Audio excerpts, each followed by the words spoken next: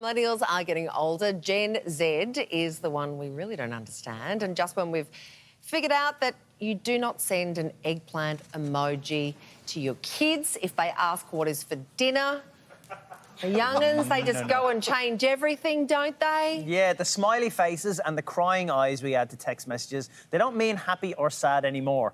And if you use them in their literal sense, you're showing your age. So what do we need to know to stay hip and cool? Don't say hip. Don't say cool. Oh.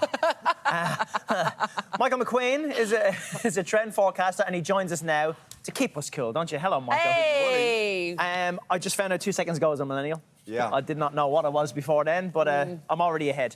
Are Gen Z cringing at us? Well, I think it's mandatory, isn't it? That every generation of kids thinks their parents and all the oldies are uncool.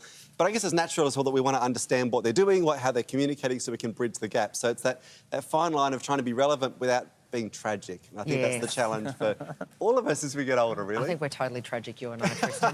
Hey, are we using emojis wrong then, do you think? Well, most often we are. So, But every generation of kids has always had their own language. So, of course, for millennials, which, welcome to the club, you just discovered you are, like it was all the text message speak. So it was LOL and YOLO and OMG, and all of our parents often use those incorrectly. Now it's emojis. So it's Gen Z using emojis, often in ironic ways. So when you look at what emojis mean, if you then ask a question, why does that mean that? It's an irrelevant question. They're often used ironically. So looking at their emojis, we are using them often in the wrong way. Give us an example. Well, there's a whole pile of them. In fact, I think we're going to go through a few. Yeah, we're doing a test. Let's see how well we know them. Do you want to do the test? Yeah, let's do it. All right. I think we're going to put some up. So this one up here, what do you think this one would be? Cowboy? Someone who's... Gone rogue. Yeah, someone who's rogue. OK, so this one means fake happiness covering up sadness or anger. So that sense of being insincere. Oh, yes. Cowboy? OK. A cowboy. All right, all right. Try Next this one here. Oh, got the Rona. You got the Rona. You got the Rona, the spicy lung. No, this is actually doubt or could be frustration. Could be either of those two things is how this one is used. Right. So we'll go to the next What's one. next? Let me see. Yes. You're really very sad, like you're really sad. Oh. So close, very close. So it's overwhelmed, but it's with something funny or cute. Oh. That's how Gen Z use that emoji. OK, all right. All right, see the next one. Not doing so well here. Have you ever seen this one before? No, I didn't even know that was one. Yeah. There's a collection of emojis here. So this one is surprise or disgust at content that's a bit questionable. So a bit like potentially over the line. If one of your friends sends something like, I'm not quite sure that's appropriate, you'd send that one back. OK. I just use this one. Yeah. If I'm I do this one. Let's look at the next one let's hit us again. Hit us with the next one. Oh. Oh, you're dead from laughing. I know this one. You got it. Yeah. Dead from life? We're no longer friends. Is that one? No. Like you're like it's killed you. You're dead. Like it's amazing. Like great news, hilarious, funny. I'm dying of laughter, dead. basically. Yeah. All right. Now I bet you won't get this Obviously. last one, but this is important to know. Yeah. So, whatever. A lot of us sort of use it as like one of our smiley emoji repertoires. This actually means extreme passive aggression. It's like a fake smile. Actually, I can tell that. I can see that now. Now you can see it. Because there's no blush on the cheeks. Yeah. I use the blush on the cheeks smile. I tried to recreate that in my own face. I think I nailed it.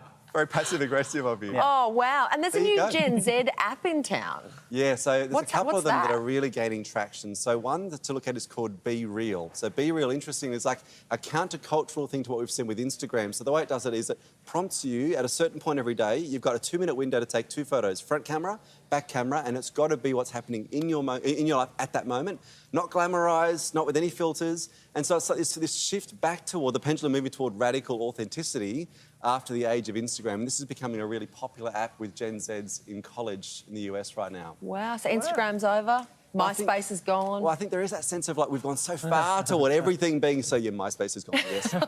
Just a tiny bit. But you know, that sense of we've gone so far down that heavily curated view of life that they're getting fed up with it. Yeah. It's more real. I kind of like that. Yeah. What's photo widgets?